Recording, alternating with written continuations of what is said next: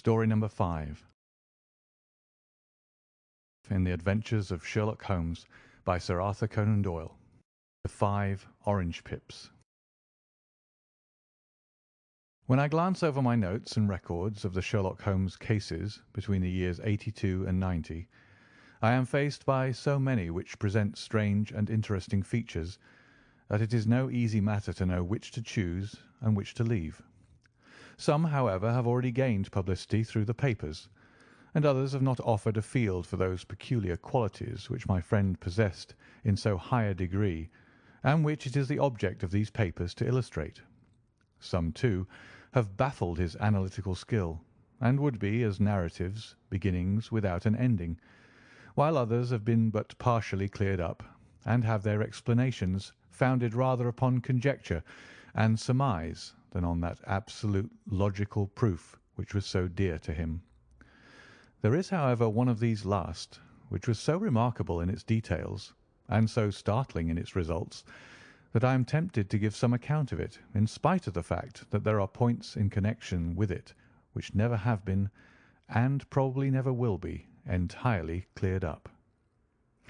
The year 87 furnished us with a long series of cases of greater or lesser interest, of which I retain the records. Among my headings under this one 12 months I find an account of the adventure of the Paradol Chamber, of the Amateur Mendicant Society who held a luxurious club in the lower vault of a furniture warehouse, of the facts connected with the loss of the British barque Sophie Anderson, of the singular adventures of the Grice Pattersons in the islands of Uffa, and finally of the Camberwell poisoning case. In the latter, as may be remembered, Sherlock Holmes was able, by winding up the dead man's watch, to prove that it had been wound up 2 hours before, and that therefore the deceased had gone to bed within that time, a deduction which was of the greatest importance in clearing up the case.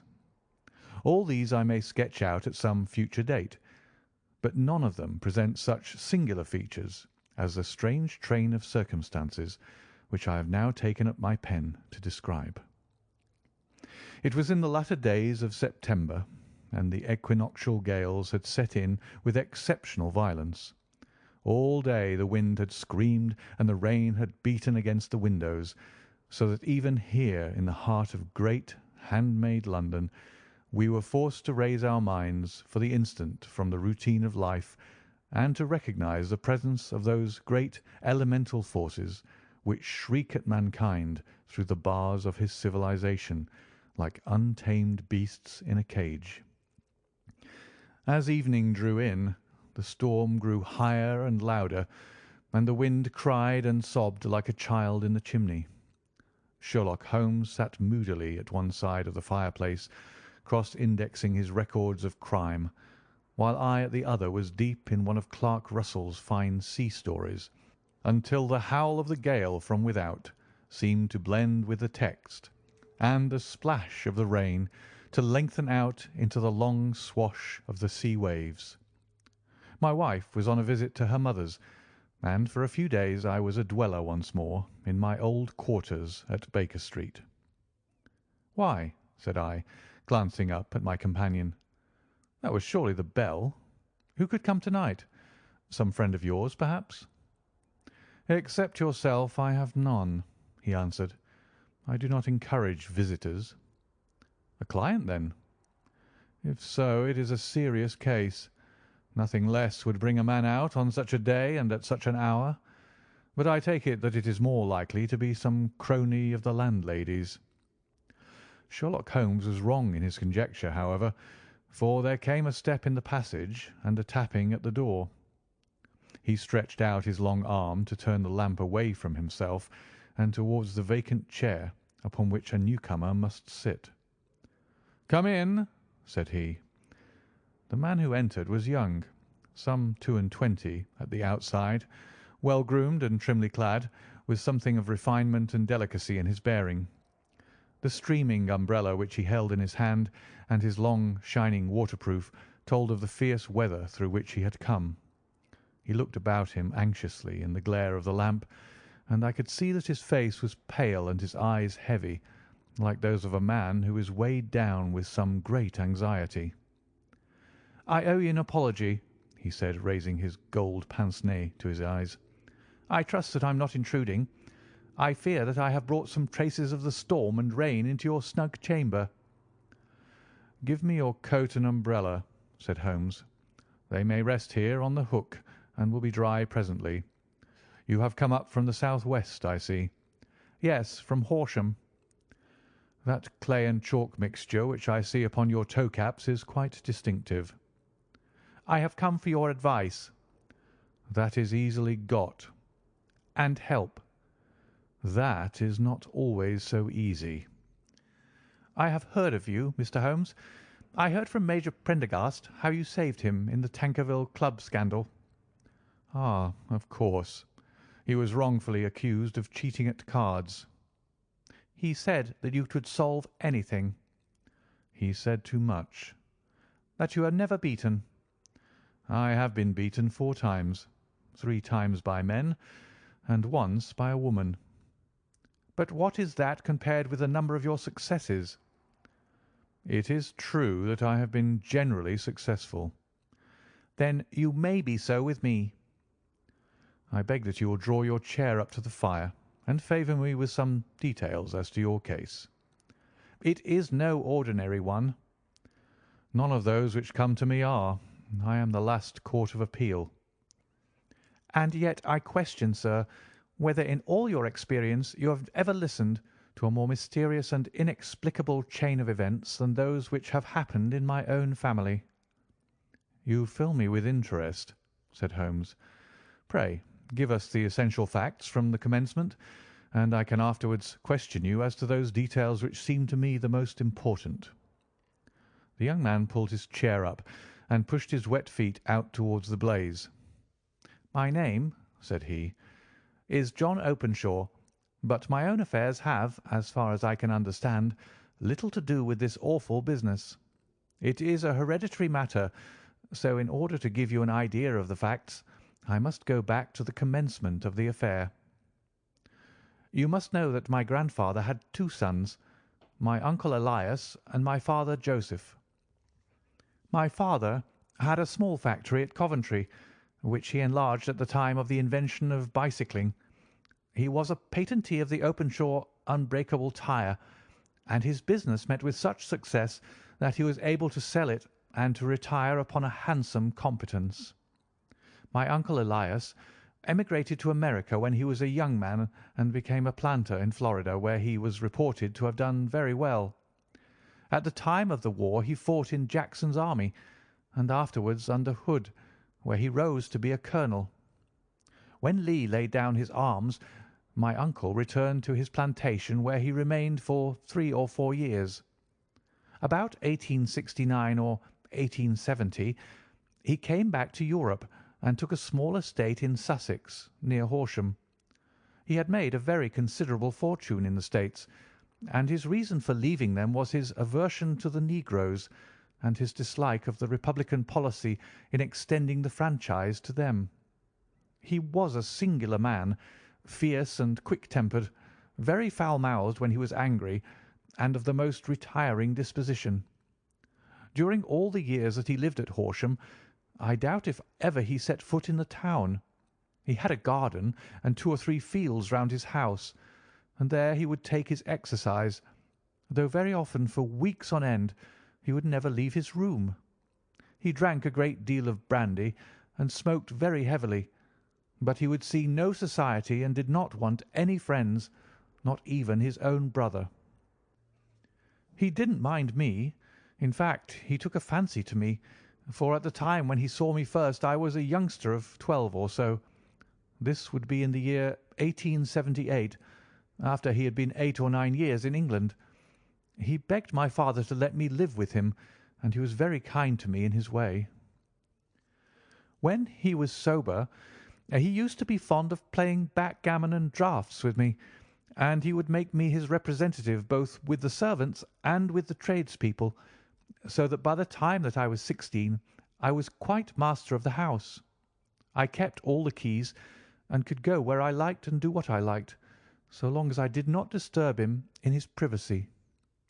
There was one singular exception, however, for he had a single room, a lumber room up among the attics, which was invariably locked, and which he would never permit either me or anyone else to enter.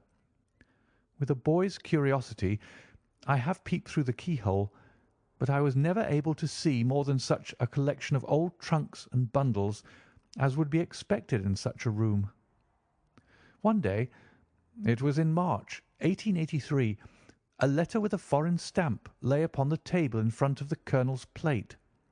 It was not a common thing for him to receive letters, for his bills were all paid in ready money, and he had no friends of any sort. "From India," said he, as he took it up. "Pondicherry postmark. What can this be?" Opening it hurriedly, out there jumped 5 little dried orange pips, which pattered down upon his plate. I began to laugh at this, but the laugh was struck from my lips at the sight of his face. His lip had fallen, his eyes were protruding, his skin the colour of putty, and he glared at the envelope which he still held in his trembling hand. "K, K, K!" he shrieked, and then, my God, my sins have overtaken me." "What is it, uncle?" I cried. "Death," said he, and rising from the table, he retired to his room, leaving me palpitating with horror. I took up the envelope and saw scrawled in red ink upon the inner flap, just above the gum, the letter K 3 times repeated. There was nothing else save the 5 dried pips. What could be the reason of his overpowering terror? I left the breakfast table, and as I ascended the stair, I met him coming down with an old rusty key which must have belonged to the attic in one hand, and a small brass box like a cash box in the other. "They may do what they like, but I'll checkmate them still," said he with an oath. "Tell Mary that I shall want a fire in my room to-day, and send down to Fordham the Horsham lawyer." I did as he ordered, and when the lawyer arrived I was asked to step up to the room. The fire was burning brightly, and in the grate there was a mass of black fluffy ashes as of burned paper, while the brass box stood open and empty beside it. As I glanced at the box I noticed with a start that upon the lid was printed the treble K which I had read in the morning upon the envelope. "I wish you, John," said my uncle, "to witness my will. I leave my estate, with all its advantages and all its disadvantages, to my brother, your father, whence it will no doubt descend to you. If you can enjoy it in peace, well and good. If you find you cannot, take my advice, my boy, and leave it to your deadliest enemy. I am sorry to give you such a two-edged thing, but I can't say what turn things are going to take. Kindly sign the paper where Mr. Fordham shows you." I signed the paper as directed, and the lawyer took it away with him. The singular incident made, as you may think, the deepest impression upon me, and I pondered over it and turned it every way in my mind without being able to make anything of it. Yet I could not shake off the vague feeling of dread which it left behind, though the sensation grew less keen as the weeks passed, and nothing happened to disturb the usual routine of our lives. I could see a change in my uncle, however. He drank more than ever, and he was less inclined for any sort of society. Most of his time he would spend in his room, with the door locked upon the inside, but sometimes he would emerge in a sort of drunken frenzy, and would burst out of the house and tear about the garden with a revolver in his hand, screaming out that he was afraid of no man, and that he was not to be cooped up like a sheep in a pen by man or devil. When these hot fits were over, however, he would rush tumultuously in at the door and lock and bar it behind him, like a man who can brazen it out no longer against the terror which lies at the roots of his soul. At such times I have seen his face, even on a cold day, glisten with moisture, as though it were new raised from a basin. Well, to come to an end of the matter, Mr. Holmes, and not to abuse your patience, there came a night when he made one of those drunken sallies from which he never came back. We found him, when we went to search for him, face downward in a little green-scummed pool which lay at the foot of the garden. There was no sign of any violence, and the water was but 2 feet deep, so that the jury, having regard to his known eccentricity, brought in a verdict of suicide. But I, who knew how he winced from the very thought of death, had much ado to persuade myself that he had gone out of his way to meet it. The matter passed, however, and my father entered into possession of the estate, and of some £14,000 which lay to his credit at the bank. "One moment," Holmes interposed. "Your statement is, I foresee, one of the most remarkable to which I have ever listened. Let me have the date of the reception by your uncle of the letter, and the date of his supposed suicide." "The letter arrived on March 10th, 1883. His death was 7 weeks later, upon the night of May 2nd. "Thank you. Pray proceed." "When my father took over the Horsham property, he, at my request, made a careful examination of the attic, which had been always locked up. We found the brass box there, although its contents had been destroyed. On the inside of the cover was a paper label with the initials of K.K.K. repeated upon it, and letters, memoranda, receipts, and a register written beneath.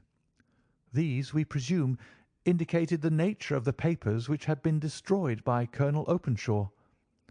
For the rest, there was nothing of much importance in the attic, save a great many scattered papers and notebooks bearing upon my uncle's life in America. Some of them were of the war time, and showed that he had done his duty well, and had borne the repute of a brave soldier.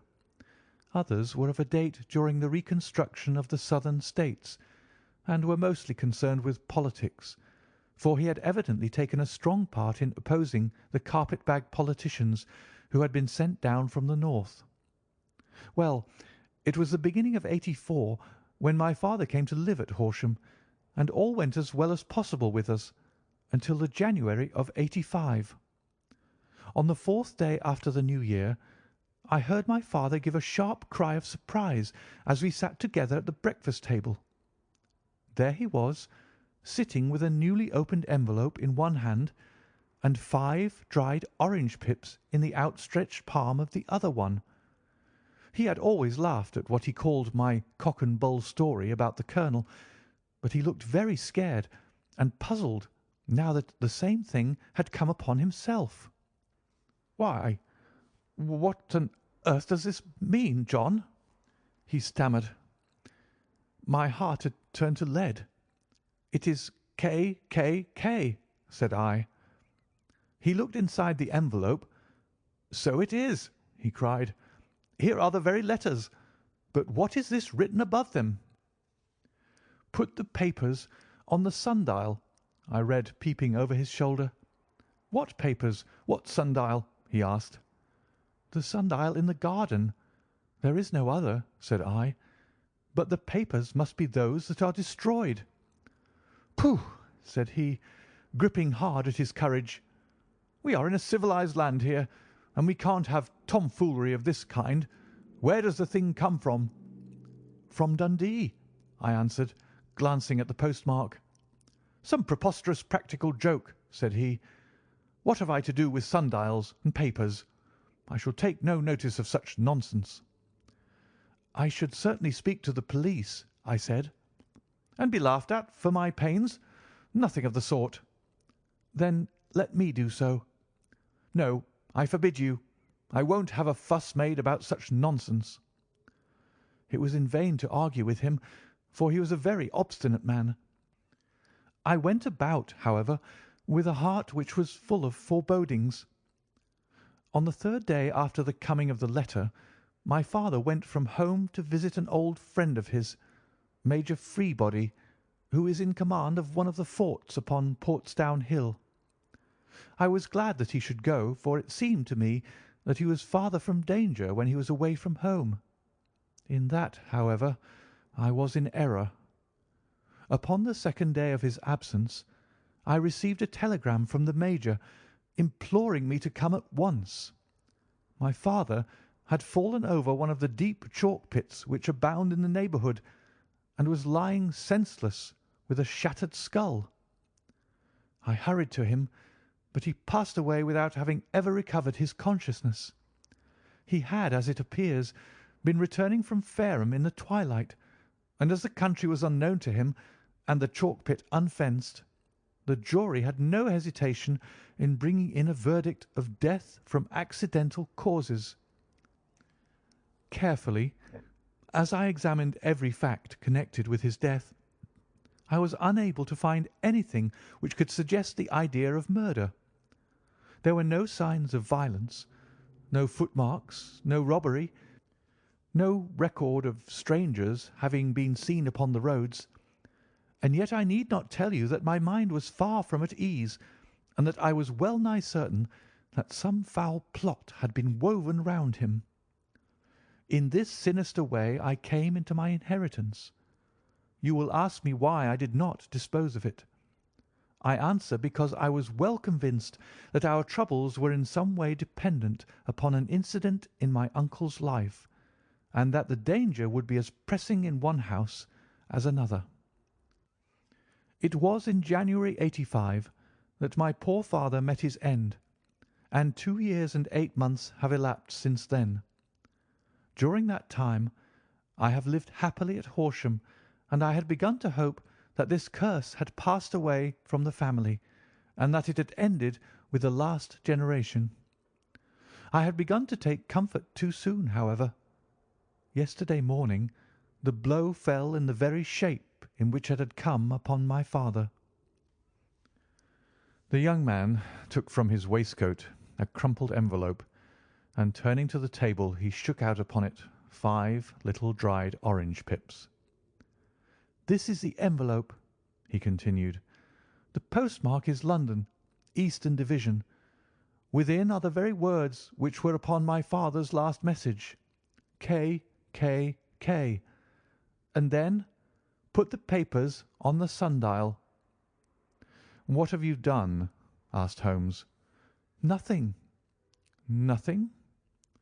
"To tell the truth," he sank his face into his thin white hands, "I have felt helpless.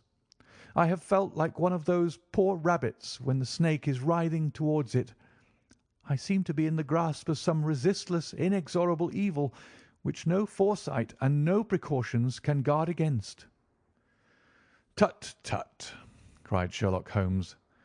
"You must act, man, or you are lost. Nothing but energy can save you. This is no time for despair." "I have seen the police." "Ah!" "But they listened to my story with a smile. I am convinced that the inspector has formed the opinion that the letters are all practical jokes, and that the deaths of my relations were really accidents, as the jury stated, and were not to be connected with the warnings." Holmes shook his clenched hands in the air. "Incredible imbecility!" he cried. "They have, however, allowed me a policeman, who may remain in the house with me." "Has he come with you tonight?" "No, his orders were to stay in the house." Again Holmes raved in the air. "Why did you come to me?" he cried. "And above all, why did you not come at once?" "I did not know. It was only to-day that I spoke to Major Prendergast about my troubles, and was advised by him to come to you." "It is really 2 days since you had the letter. We should have acted before this. You have no further evidence, I suppose, than that which you have placed before us? No suggestive detail which might help us?" "There is one thing," said John Openshaw. He rummaged in his coat pocket, and drawing out a piece of discoloured blue-tinted paper, he laid it out upon the table. "I have some remembrance," said he, "that on the day when my uncle burned the papers, I observed that the small unburned margins which lay amid the ashes were of this particular colour. I found this single sheet upon the floor of his room, and I am inclined to think that it may be one of the papers which has, perhaps, fluttered out from among the others, and in that way has escaped destruction. Beyond the mention of Pip's, I do not see that it helps us much. I think myself that it is a page from some private diary. The writing is undoubtedly my uncle's." Holmes moved the lamp, and we both bent over the sheet of paper, which showed by its ragged edge that it had indeed been torn from a book. It was headed March 1869, and beneath were the following enigmatical notices: 4th, Hudson came, same old platform. 7th, set the pips on Macaulay, Paramore, and John Swain of St. Augustine. 9th, Macaulay cleared. 10th, John Swain cleared. 12th, visited Paramore. All well. "Thank you," said Holmes, folding up the paper and returning it to our visitor. "And now you must on no account lose another instant. We cannot spare time even to discuss what you have told me. You must get home instantly and act." "What shall I do?" "There is but one thing to do. It must be done at once. You must put this piece of paper which you have shown us into the brass box which you have described. You must also put in a note to say that all the other papers were burned by your uncle, and that this is the only one which remains. You must assert that in such words as will carry conviction with them. Having done this, you must at once put the box out upon the sundial as directed. Do you understand?" "Entirely." "Do not think of revenge or anything of the sort at present. I think that we may gain that by means of the law, but we have our web to weave, while theirs is already woven. The first consideration is to remove the pressing danger which threatens you. The second is to clear up the mystery and to punish the guilty parties." "I thank you," said the young man, rising and pulling on his overcoat. "You have given me fresh life and hope. I shall certainly do as you advise." "Do not lose an instant, and above all take care of yourself in the meanwhile, for I do not think that there can be a doubt that you are threatened by a very real and imminent danger. How do you go back?" "By train from Waterloo." "It is not yet 9. The streets will be crowded, so I trust that you may be in safety. And yet you cannot guard yourself too closely."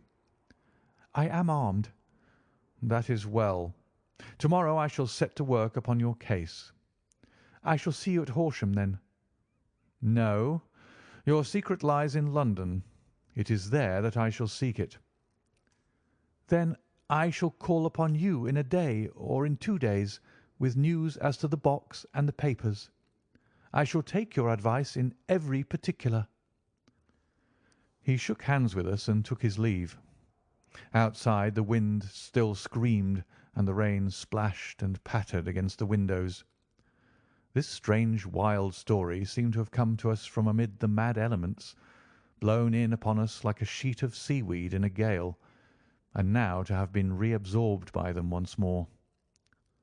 Sherlock Holmes sat for some time in silence, with his head sunk forward and his eyes bent upon the red glow of the fire. Then he lit his pipe, and leaning back in his chair, he watched the blue smoke rings as they chased each other up to the ceiling. "I think, Watson," he remarked at last, "that of all our cases we have had none more fantastic than this. Save perhaps the sign of 4. Well, yes, save perhaps that. And yet this John Openshaw seems to me to be walking amid even greater perils than did the Sholtos." "But have you," I asked, "formed any definite conception as to what these perils are?" "There can be no question as to their nature," he answered. "Then what are they? Who is this K., and why does he pursue this unhappy family?"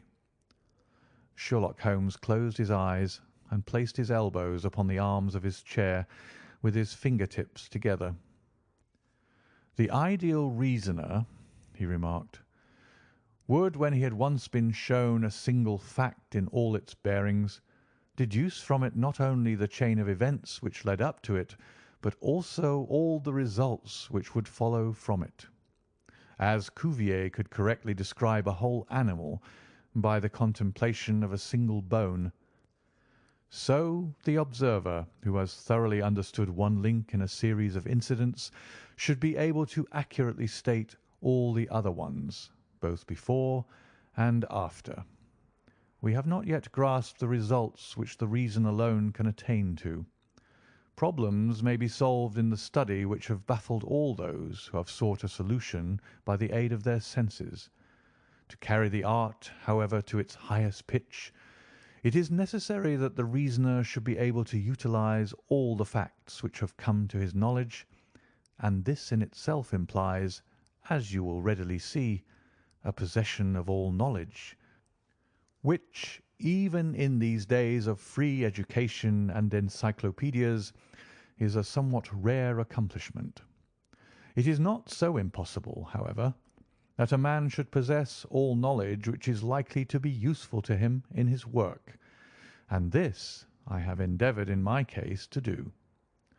If I remember rightly, you on one occasion, in the early days of our friendship, defined my limits in a very precise fashion.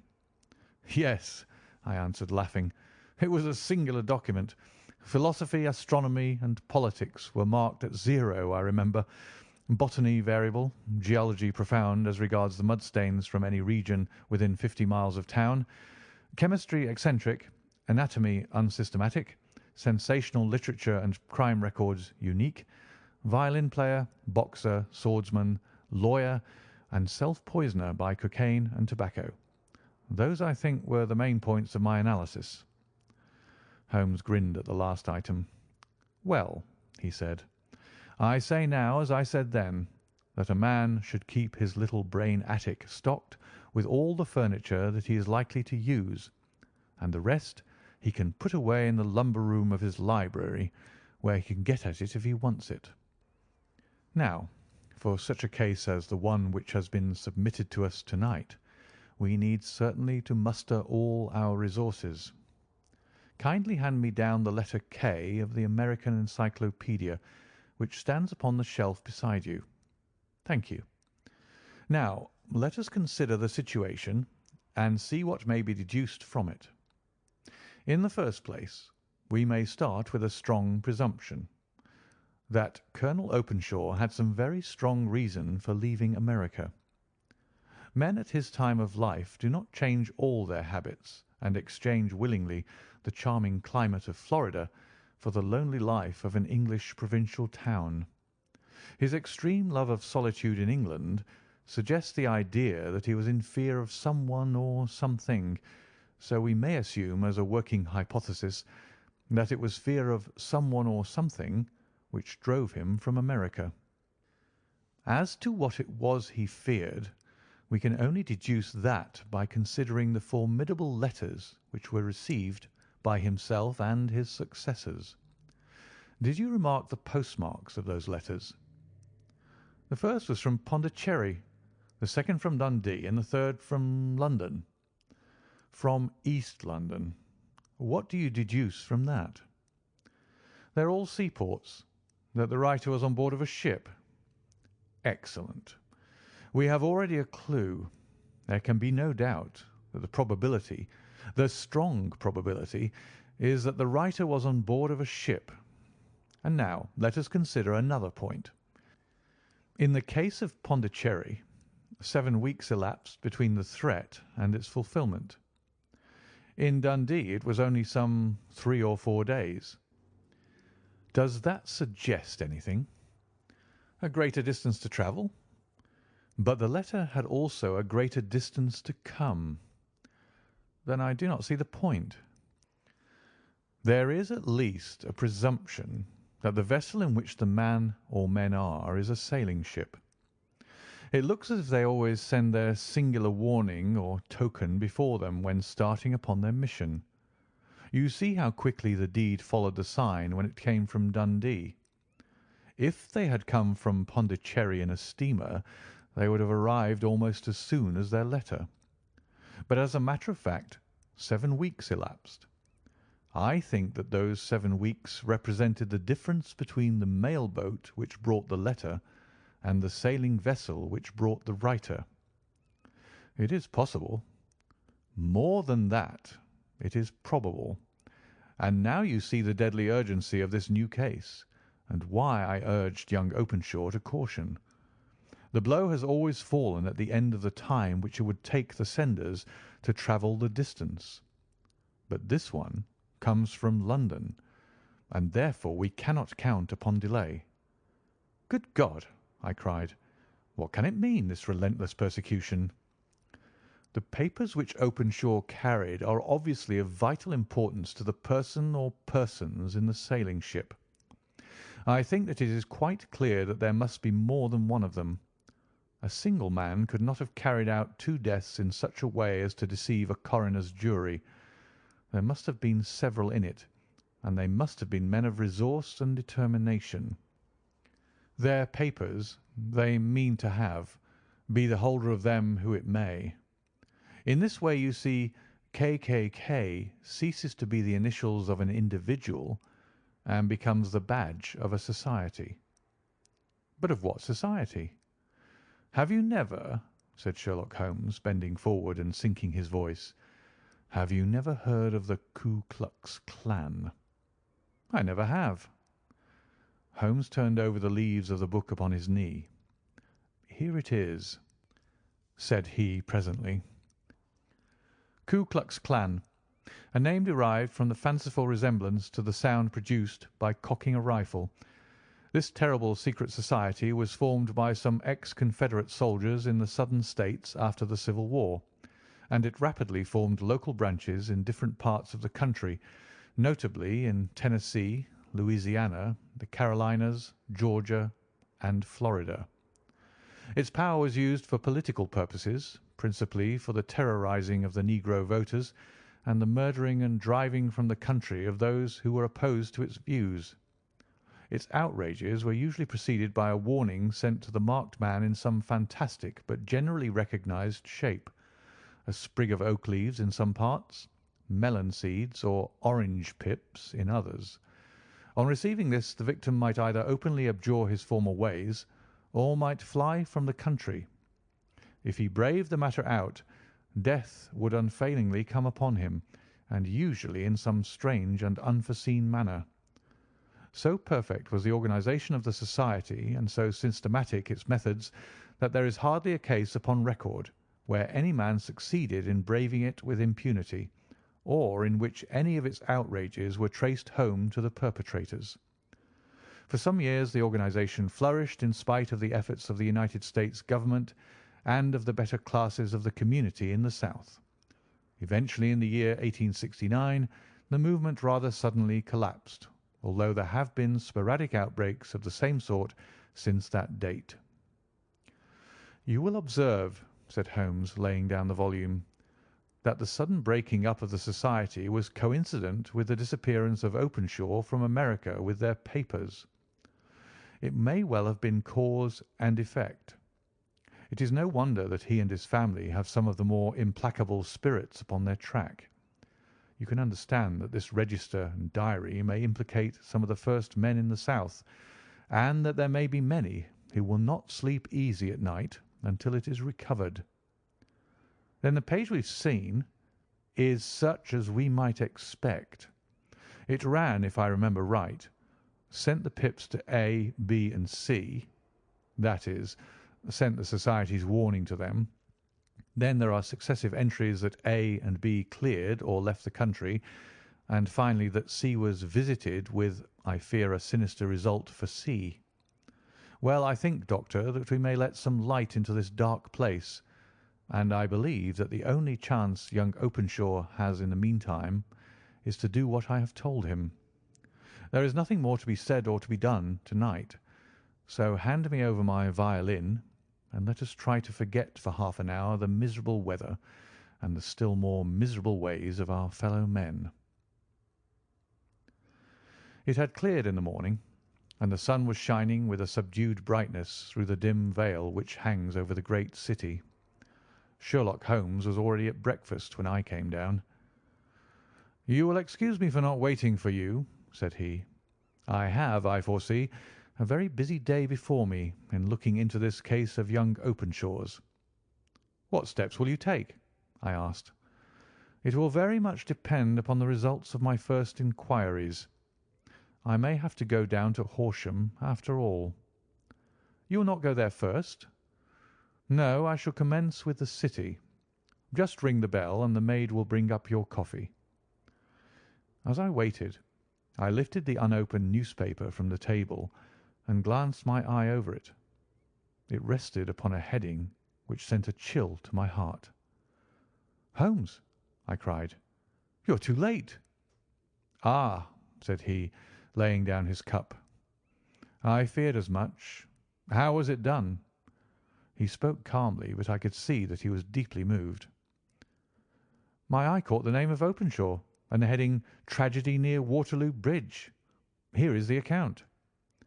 Between 9 and 10 last night, Police Constable Cook of the H Division on duty near Waterloo Bridge heard a cry for help and a splash in the water. The night, however, was extremely dark and stormy, so that in spite of the help of several passers-by, it was quite impossible to effect a rescue. The alarm, however, was given, and by aid of the water police, the body was eventually recovered. It proved to be that of a young gentleman whose name, as it appears from an envelope which was found in his pocket, was John Openshaw, and whose residence is near Horsham.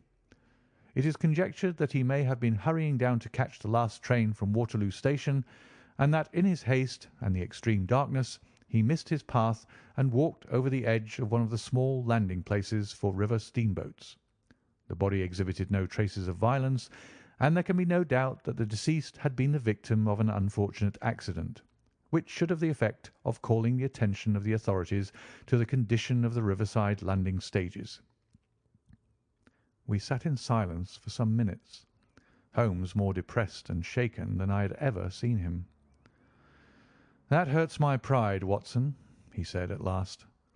"It is a petty feeling, no doubt, but it hurts my pride. It becomes a personal matter with me now, and if God sends me health, I shall set my hand upon this gang. That he should come to me for help, and that I should send him away to his death." He sprang from his chair and paced about the room in uncontrollable agitation, with a flush upon his sallow cheeks and a nervous clasping and unclasping of his long, thin hands. "They must be cunning devils," he exclaimed at last. "How could they have decoyed him down there? The embankment is not on the district line to the station. The bridge, no doubt, was too crowded, even on such a night, for their purpose. Well, Watson, we shall see who will win in the long run. I am going out now." "To the police?" "No. I shall be my own police. When I have spun the web they may take the flies, but not before." All day I was engaged in my professional work, and it was late in the evening before I returned to Baker Street. Sherlock Holmes had not come back yet. It was nearly 10 o'clock before he entered, looking pale and worn.